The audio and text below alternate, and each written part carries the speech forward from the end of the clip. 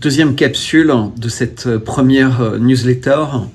Et donc, je voudrais insister sur plusieurs choses. Petit 1, le mercredi, une newsletter qui contiendra 2 capsules, a priori, de moins de 30 minutes et éventuellement quelques petites capsules d'environ 5 minutes.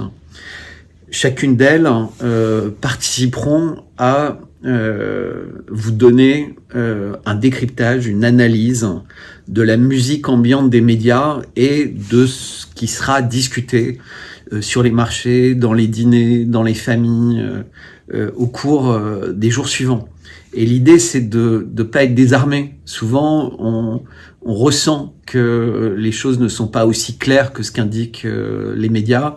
Parfois, on ressent même qu'ils mentent ou ils cachent des choses, mais on n'a pas accès aux informations, parce que les informations sont tellement nombreuses.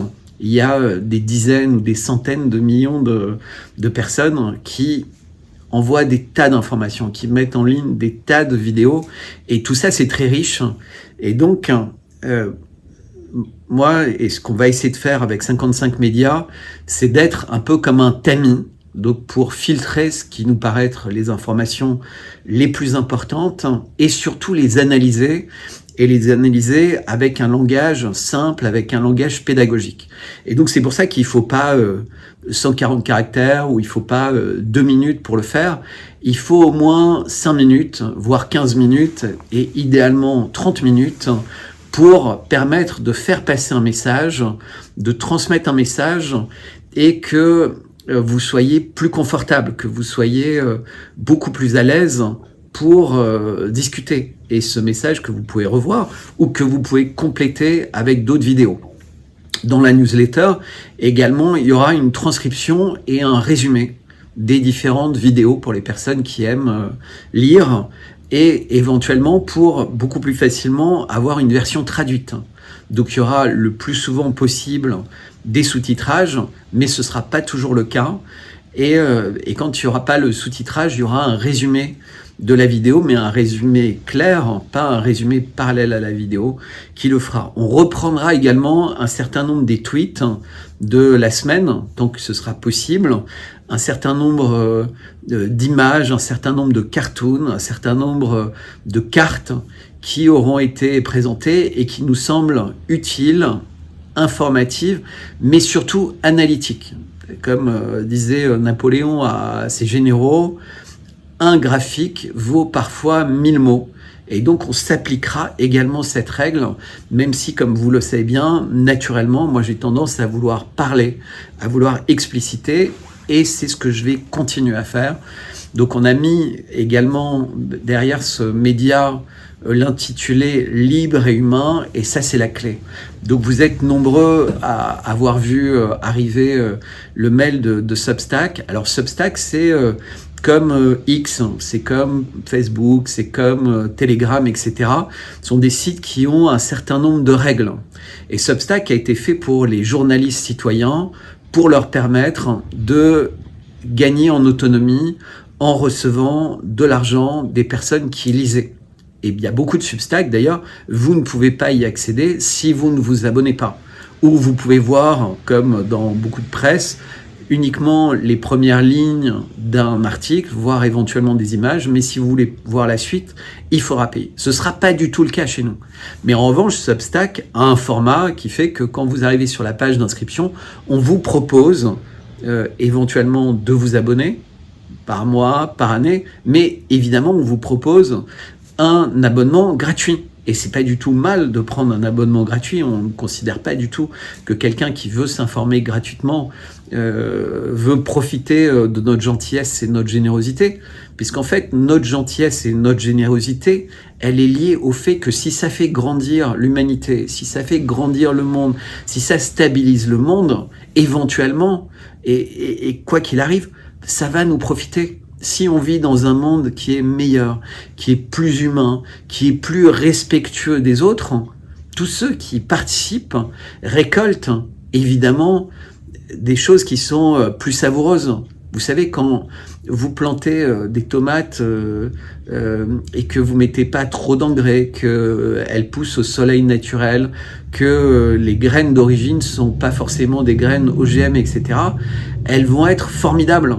Alors peut-être que ces tomates, elles seront bonnes à consommer sur place, mais elles pourront pas prendre l'avion pour aller à l'autre bout du monde parce que la peau sera trop fine, elles seront facilement attaquées par des insectes ou quoi qu'il arrive. Mais n'empêche que sur place, elles étaient parfaites. Et ben nous, c'est pareil. On essaie de donner des informations qui sont consommables gratuitement, qui sont saines, qui sont proposées par des gens qui sont libres, qui n'ont pas de conflit d'intérêts et qui s'engagent pour que notre société, elle se ressente sur des valeurs importantes. Évidemment, on va pas vous vendre des produits financiers, c'est-à-dire qu'on va pas faire, en vous disant qu'on le fait mieux ou plus honnêtement, du trading high speed, du commerce direct ou indirect d'or, ou toutes ces choses-là. Franchement, ça, je peux vous assurer qu'on va pas y toucher. On va pas non plus proposer, comme beaucoup de sites qui font ça, des alimentations plein de protéines pour faire des régimes, pour avoir des muscles. On va pas non plus vous proposer tout ce qui peut être survivaliste, etc. Mais je reproche pas aux gens qui font ça. S'ils le font honnêtement, par altruisme, par volonté, entre guillemets, de rendre le monde meilleur et éventuellement eux-mêmes de pouvoir profiter de leur travail. Il y a parfois, quand vous travaillez dans un champ, vous profitez de la récolte du champ.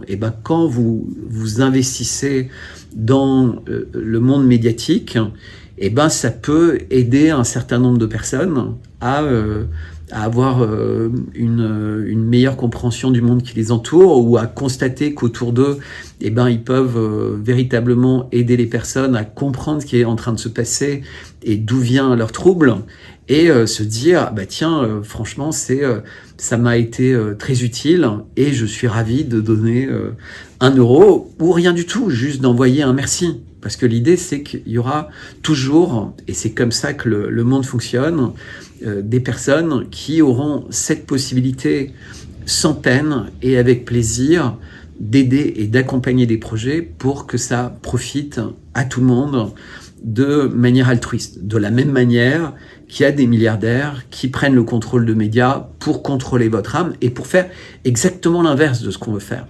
Mais dans le monde, il y a aujourd'hui, par chance, un équilibre entre des gens qui ont une vision très égoïste, très destructrice de ce qu'est l'humanité, depuis des injections jusqu'à des mensonges, jusqu'à pousser les personnes à faire de l'autocensure, et d'autres personnes qui encouragent l'inverse. Et justement, ça fait la transition, puisque dans cette capsule, j'ai vraiment envie de parler du sujet qui est le plus fondamental aujourd'hui, celui qui m'a poussé à faire cette newsletter, c'est celui de la censure. Et c'est que on voit bien que dans l'Union européenne, on a, et en France en particulier, on a cette fâcheuse habitude de vouloir censurer ceux qui disent des choses qui ne sont plus ou pas autorisées. Et d'ailleurs, la loi même, en France, en Europe et dans plein de pays du monde, empêche d'avoir des discussions sur des sujets actuels ou des sujets historiques. C'est-à-dire qu'en fait, certains débats, on a véritablement l'impression de marcher sur des œufs et de prendre le risque d'être traité de tous les noms. Donc après les mots complotistes, tout devient possible, entre guillemets. Et ça crée et ça tétanise énormément de personnes, parce que il y a un fonctionnement en horde qui se passe, horde médiatique, horde de journalistes, horde de fact-checkers, horde de personnes qui essayent d'influencer le plus possible la manière et la possibilité que les individus ont de penser. Et nous, évidemment, on va essayer de vous donner des armes pour pas combattre ça parce que c'est inutile. Les gens qui sont en face ne sont pas disposés à changer. Mais juste pour essayer autour de vous, petit à petit, tout doucement, de faire comprendre que les choses ne sont peut-être pas aussi simples. Les choses ne sont peut-être pas aussi évidentes. Par exemple, à l'époque du Covid, il n'était pas aussi simple et aussi évident que ça, que la seule solution pour l'humanité, c'était d'injecter les gens.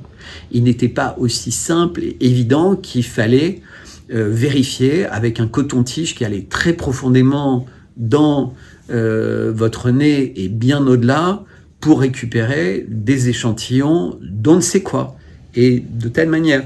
Et que le vaccin, les injections, allaient être la seule solution.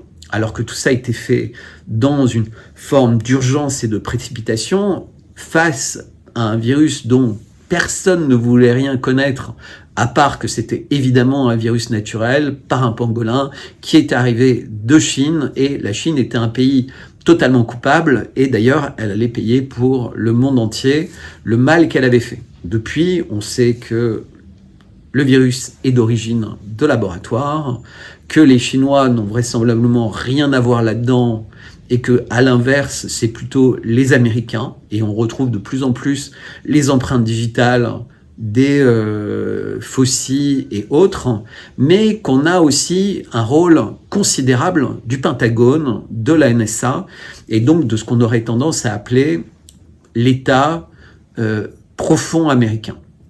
C'est-à-dire des gens qui manifestement n'agissent pas pour le président qui est élu, puisque c'était le président Trump, mais qui agissent pour des intérêts qui sont contradictoires à ce que les peuples ont voulu.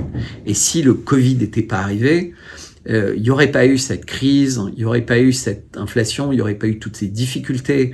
Et le président Trump aurait été élu extrêmement facilement, puisqu'il surfait sur des sondages qui lui étaient très favorables, puisque le chômage reculait aux États-Unis et tous les indicateurs étaient véritablement en train de devenir très positifs. Et on constate également que tout ce qu'il avait proposé à l'époque est en train d'être mis en œuvre par son successeur. Successeur qui est un personnage éminemment étrange, puisqu'il est très âgé, et on se demande s'il est en capacité, parce que l'âge n'est pas la seule chose, mais il trébuche, il a des pertes, entre guillemets, de mémoire de plus en plus fréquentes, il a une attitude étonnante, puisqu'il a l'air déboussolé, etc. Donc il a l'air d'avoir une diminution des capacités cognitives qui sont inimaginable à la tête de l'État le plus puissant par une personne qui porte, entre guillemets, un message aussi fort que le sien quand il se déplace, par exemple, en Israël, comme il y a quelques jours, ou en Ukraine à d'autres moments, ou quand il s'exprime sur le climat ou sur la santé, entre guillemets, et sa volonté de confier les rênes également de la santé des Américains à l'OMS, en cas de crise pandémique mondiale, puisque la plupart des États occidentaux ont décidé ou sont en train de décider que l'OMS est plus digne de gérer en fait ces problématiques-là. Et il y a une bonne raison qui le justifierait, c'est de dire mais c'est très injuste parce que les pays pauvres n'ont pas profité aussi vite des solutions fantastiques, etc., etc. Si c'est un organisme tiers, on va pouvoir centraliser les moyens, on va pouvoir centraliser les connaissances, il n'y aura pas de compétition entre les États, etc., etc. On sait que tout ça est faux, puisque les États ont financé toute la recherche, le développement et le risque industriel des vaccins, mais ce sont les laboratoires pharmaceutiques qui ont pris tous les bénéfices sur les vaccins, en faisant porter en plus au gouvernement tous les risques induits éventuellement par des problèmes sanitaires, des problèmes d'effets secondaires liés à la vaccination, avec un médicament en phase d'essai clinique, et donc que finalement une grande partie de l'humanité était cobaye. On a eu exactement la même chose avec l'Ukraine. Donc l'Ukraine était le garant de la liberté. Il n'y avait plus aucun reportage qui disait que c'était un pays extrêmement corrompu, un pays qui était une plaque tournante, entre guillemets, de tous les trafics, que ce soit des trafics d'enfants,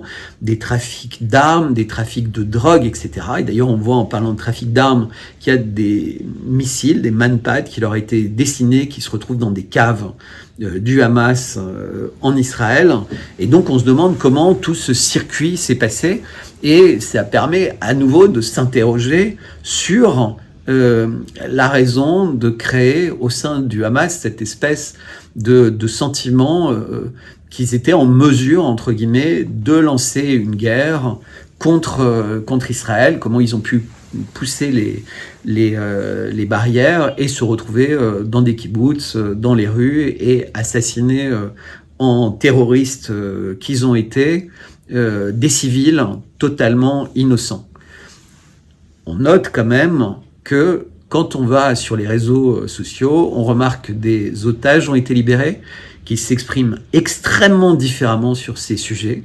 Par exemple, en explicitant que dans le fameux kibbutz, une grande partie des morts parmi les civils, les enfants, les personnes âgées, ont été des victimes collatérales de la libération du kibbutz par Tsahal, que les images assez fascinantes de maisons écroulées, de voitures brûlées, etc., n'étaient peut-être pas toutes dues aux actions des terroristes, qui n'étaient pas forcément très bien équipés, parce que quand on se déplace dans une aile Delta, on ne peut pas arriver avec beaucoup d'armes lourdes, et les personnes qui ont été libérées disent que c'était les chars et les armes de Tsahal qui ont été assez indiscriminées pour en finir. Alors ça s'appelle la stratégie Hannibal. Je reviendrai régulièrement là-dessus au fil du temps, mais tout le monde se rappelle de l'épisode de Munich pour mieux comprendre de quoi il s'agissait, où les terroristes ont été tués, mais également leurs otages. C'était l'idée de Golda Meir en particulier. On ne traite pas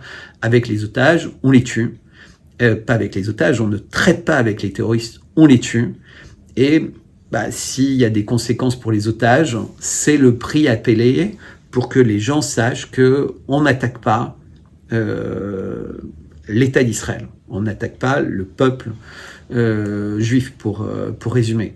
Aujourd'hui, on voit que chaque jour, il y a des centaines de morts à Gaza qui sont appelées des morts collatérales et que, aussi bien le gouvernement de Netanyahou et Tsahal justifient en disant « depuis le début, c'est notre droit à nous défendre ».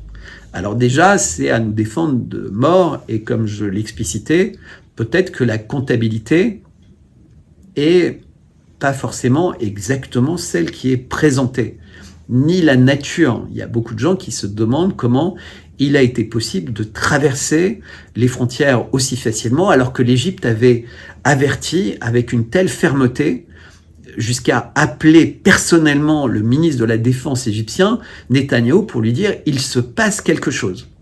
Et aucune réaction, au contraire, alors qu'en plus c'était une date symbolique du 50e anniversaire de la guerre du Kippour, donc la guerre des 6 jours, et qui était forcément un jour où, pour Israël, c'est une victoire, pour beaucoup de pays arabes, c'est une défaite, et on sait que parfois, dans l'imaginaire collectif, dans la volonté collective, il y a cette envie d'inverser les choses, et les dates anniversaires sont des dates symboliques, donc c'est des dates où il faut accroître la surveillance au lieu de la diminuer et de la réduire. Donc beaucoup de personnes se sont exprimées sur ce sujet. Mais ce qui s'est passé immédiatement, c'est que le fait de s'exprimer sur ce sujet, le fait de simplement mettre en doute la parole et les affirmations à la fois du gouvernement Netanyahou et d'images qui ont été éventuellement même sponsorisées par Tsahal et par des organisations israéliennes sur les réseaux sociaux, était tout à fait inadmissible. Et donc, j'arrive véritablement au cœur du sujet. La Constitution américaine est une constitution que moi je trouve absolument formidable. J'adore sa structuration, sa construction, et en particulier les 2 premiers articles de cette constitution. Le premier article de la Constitution américaine parle de quelque chose d'extrêmement important, de fondamental, la base de toute vie en société. C'est la possibilité de s'exprimer librement. la liberté de parole. Évidemment, si vous avez la liberté de parole, ça inclut la liberté de penser. Et parfois, on peut penser mal, mais on peut penser mal avec des bonnes intentions. On peut évidemment penser mal avec des mauvaises intentions. Et on peut parler bien avec des mauvaises intentions et parler mal. Enfin bref, tout est possible. Mais la Constitution dit c'est une liberté totale. Et le fruit de cette liberté est le fruit du dialogue, le fruit de l'échange dans la place publique, etc., va permettre d'une part d'identifier les différents courants de pensée, les différentes manières de voir les choses et la vie dans la société telle qu'elle est perçue par ses membres, et d'en débattre, et de faire avancer le débattre. Donc on peut avoir des personnes qui sont des espèces de leaders d'opinion, qui représentent des courants de pensée, ça c'est l'idée des partis politiques, avec des nuances, etc. Mais quoi qu'il arrive, on doit avoir cette possibilité, et c'est important. Après, évidemment, il peut y avoir des limites à ça, et qui sont des limites normales. C'est que cette liberté, elle n'a pas vocation à nuire aux autres. C'est-à-dire qu'il ne faut pas que la liberté des uns puisse avoir des conséquences sur celles des autres. C'est-à-dire que chacun doit pouvoir exprimer les choses librement, sans empêcher l'autre de s'exprimer librement. Et parfois, et c'était ce que je disais, la vérité est une flèche acérée. La vérité peut faire mal, elle peut faire terriblement mal. Et donc, le fait de dire des choses qui peuvent déplaire n'est pas forcément un problème. Le problème, c'est de ne pas pouvoir s'exprimer. Et c'est pour ça que la Constitution américaine, les sages qui l'ont écrit, l'ont mis en première ligne. Et en deuxième ligne de la Constitution, ils ont mis le droit de se défendre avec une arme. Mais, contrairement à ce que dit Israël, qui dit « j'ai le droit de me défendre », c'était un droit de se défendre contre son pouvoir, le pouvoir supérieur, si celui-ci essayait de vous empêcher d'exercer votre premier droit, qui est le droit de s'exprimer librement. Donc, la possession et la détention d'armes aux États-Unis, le deuxième amendement, il n'est pas là pour vous permettre de tuer votre voisin, de régler un compte. C'est pas du tout l'idée. C'est pas une idée de cow-boy. C'est une idée de vous permettre éventuellement de vous réunir et de faire face à celui qui dispose de la violence légitime, c'est-à-dire l'État, si jamais ce dernier deviendrait suffisamment tyrannique pour essayer d'imposer un certain type de censure.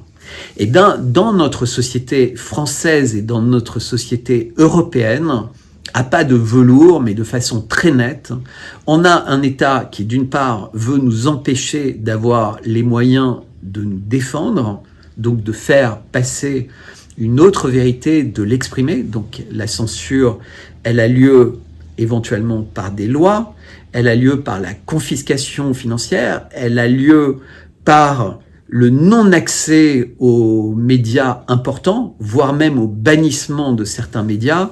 Et donc l'idée, c'est de faire taire les voix dissidentes. Et on l'a bien vu, vous l'avez tous vécu, avec la période Covid, etc. Et alors évidemment, on est des sociétés dont les tyrans sont trop habiles.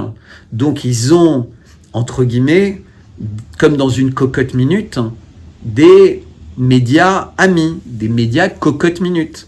Des médias dans lesquels on vous donne l'impression qu'en fait, tout est possible, tout est possible, mais qui sont en réalité des pièges. Parce que d'une part, ce ne sont pas des lieux où, comme ici, je vais pouvoir m'exprimer pendant 15, 20, 30 minutes avec vous, comme si on était ensemble. Alors malheureusement, je ne pourrai connaître votre réaction qu'en voyant vos commentaires sur la capsule, qui influencera évidemment mes prochains tweets, mes prochaines capsules, voire mes réponses directes. Mais ce sont des moyens de donner l'impression qu'en réalité, on est écouté, que tout est toujours possible Et ça permet un élément de langage pour les éditorialistes à la mode, pour les grands journalistes à la mode, de dire mais non, c'est pas du tout vrai, regardez, sur telle émission, c'était possible, et nous, on a aussi une émission à minuit, ou une émission à 3 heures, où c'était possible. Sauf que la personne qui va porter une parole alternative, elle va être seule. Souvent, elle va être choisie à l'intérieur d'un mouvement de pensée comme étant pas forcément celle qui saura le mieux défendre son point de vue, parce qu'elle n'était pas bien armée, parce qu'elle n'était pas bien préparée, ou parce qu'en fait, elle avait une vision très experte du sujet, face à des gens extrêmement rodés dans l'exercice et qui allaient véritablement, soit par humour, soit par une connaissance fine, soit en identifiant dans l'argumentation un point faible, et qui, d'un point de vue rhétorique, allait emporter la bataille devant les médias, décourager tous ceux qui pourraient avoir envie de tenter eux aussi leur chance dans ces médias-là, et donc finalement de fermer la grande lucarne, en fait, qui ne va, après ça, ne proposer en fait qu'une seule manière de penser. Et ça va être rabâché, rabâché, rabâché. Et donc, par la loi, par les médias contrôlés par les amis de l'État qui touchent des aides, mais qui ont également des médias pour faire des faveurs à l'État, pour montrer qu'ils lui sont favorables pour obtenir des très grands contrats. Et si vous amusez à regarder en fait la nature des gens qui possèdent les médias et le type d'entreprise qu'ils ont et la manière avec laquelle ils peuvent gagner de l'argent, vous vous rendez compte que c'est limpide, c'est en fait un conflit d'intérêts permanent, une espèce de consanguinité qui est destructrice. Et c'est pour ça que c'est important d'essayer d'avoir pas des médias alternatifs, mais des lieux pour armer les consciences, pour armer les âmes, pour armer votre manière de pouvoir vous battre, mais entre guillemets à armes intellectuelles égales. Sauf qu'en fait, vous arrivez avec une forme de lumière, vous dites la vérité. Il y a certaines émissions, c'est saisissant. Il y a des personnes qui posent des questions à des journalistes, vous savez, que ce soit à la radio ou autre, face auxquels ils sont désemparés. Parce que la vérité, c'est une flèche acérée qui va désemparer le menteur. Face à la vérité, face au bon sens, face à l'évidence, on ne sait pas dire grand-chose. C'est pour ça qu'il y a des gens sur Twitter, etc., qui savent mettre en place des formules percutantes. Et si vous prenez le temps de les lire, mais parfois de les lire pas une seule fois, mais des dizaines de fois, en fait, c'est comme la stratégie de la goutte d'eau. Vous allez vous rendre compte qu'en fait, on est malheureusement dans un système qui nous manipule, qui nous asservit à l'intérieur de ces mensonges. Mais là, on est en train de dépasser l'entendement. C'est-à-dire qu'on est en train de dépasser la limite possible et imaginable de ce qu'est l'humanité. C'est-à-dire que le monde entier voit qu'il y a un ghetto qui s'appelle Gaza, à l'intérieur duquel il y a 2 millions de personnes, qui n'ont à aucun moment demandé au Hamas d'aller causer des dommages à des civils dans le cadre d'actions terroristes, et qui se retrouvent maintenant sous les bombes, et les gens qui envoient les bombes disent d'abord on a le droit de se défendre, et en plus ces gens-là n'avaient qu'à pas voter pour le Hamas. Mais quand on vote pour quelqu'un, les gens qui ont voté pour Macron, pour quelqu'un d'autre, voter pour un programme. Évidemment, dans le programme du Hamas, il n'y a pas le programme politique, tel jour, à telle heure, on va commettre des actes terroristes et on va tuer des bébés, on va tuer des femmes, on va tuer des vieillards, on va en enlever d'autres, tout ce monde va souffrir, etc., parce qu'on est des terroristes terribles. Non, le Hamas, et on voit bien avec un certain nombre d'interviews de terroristes, ce sont des musulmans et ils ne font pas mal aux enfants, ils ne font pas mal aux femmes. C'est pas leur tradition, c'est pas leur texte. Je sais qu'il y a beaucoup de gens qui pensent l'exact inverse, mais moi c'est ce que je crois fondamentalement. La nature humaine est une nature qui est complexe, qui est contradictoire, qui est duale. On a en nous du bien et du mal. Et les religions, évidemment, ont une influence sur ça, parce qu'elles essaient de nous, de nous amener à nous comporter en ligne avec une manière de penser, ou avec... Mais il n'y a pas, fondamentalement, un côté psychopathe. Si vous allez vous balader à Gaza sans mauvaise intention, vous allez rencontrer 90, 95, 99% de gens qui vont vous paraître extraordinairement humains. Et quand vous allez voir leurs conditions de vie, vous allez souffrir pour eux. Mais ce qui est clair, c'est qu'aujourd'hui, ils sont des centaines à mourir chaque jour dans l'indifférence générale, dans l'inhumanité générale. Ils ne sont plus connectés à l'eau. Donc évidemment, ils ont des moyens d'avoir de l'eau, mais ils n'ont plus ni gaz, ni fuel, ni rien pour faire marcher leur machine électrique, pour éventuellement filtrer l'eau et la rendre potable. Parce que tout ça, pour 2 millions d'habitants, on ne peut pas faire ça avec du charbon actif, etc. On est obligé d'utiliser des méthodes comme celles qu'utilisent des grandes marques internationales pour vendre des eaux distillées et que vous allez boire, mais qui a priori étaient des eaux pas potables si elles n'étaient pas distillées au préalable. Eh bien, ils ne peuvent plus faire ça, les Palestiniens.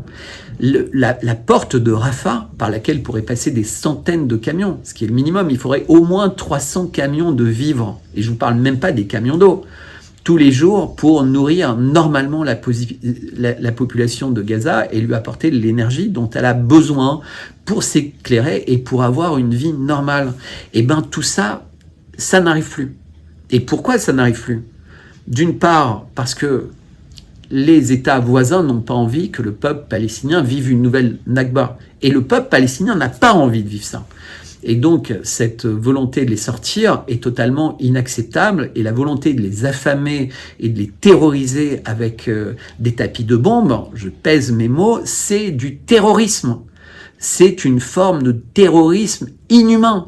C'est-à-dire que vous dites aux gens, vous n'aurez plus à manger, vous n'aurez plus d'électricité pour vous chauffer ou pour purifier l'eau ou pour cuire votre riz, etc. Parce qu'aujourd'hui, ça fait 15 jours que c'est comme ça. Et donc, il faut dire les choses comme elles sont. Et je le dis et je répète, cette vérité, elle peut choquer. Mais c'est extraordinairement factuel. Et rappelez-vous, le premier amendement et le deuxième amendement. Le deuxième amendement, c'est pas de se défendre et de faire un duel dans son jardin parce que l'autre a été méchant, etc. Pas du tout. Vous avez le droit d'avoir une arme pour vous défendre contre un pouvoir tyrannique, mais pas pour faire la justice vous-même. La justice, dans le monde normal, ça passe par des juges. Les juges font une enquête, ils vérifient la légitimité de vos actions. Quand la Russie décide de lancer son opération en Ukraine, elle le fait parce que depuis 2014, le Donbass est sous les bombes et que les accords de Minsk 1 puis Minsk 2 ne sont pas respectés. Et d'ailleurs que les co-signataires des accords disent on n'a jamais eu véritablement l'intention de les respecter. C'était juste pour gagner du temps et préparer l'Ukraine à battre la Russie et mettre la Russie KO. Alors évidemment, rien de tout ça ne s'est passé de cette manière. J'y reviendrai. Les 30 minutes sont très légèrement dépassées. Il y aura d'autres capsules. À très bientôt et merci de vous abonner. Merci de suivre la newsletter. Merci de visiter le site internet et de participer à votre manière à cette aventure. Je vous remercie beaucoup et je vous embrasse.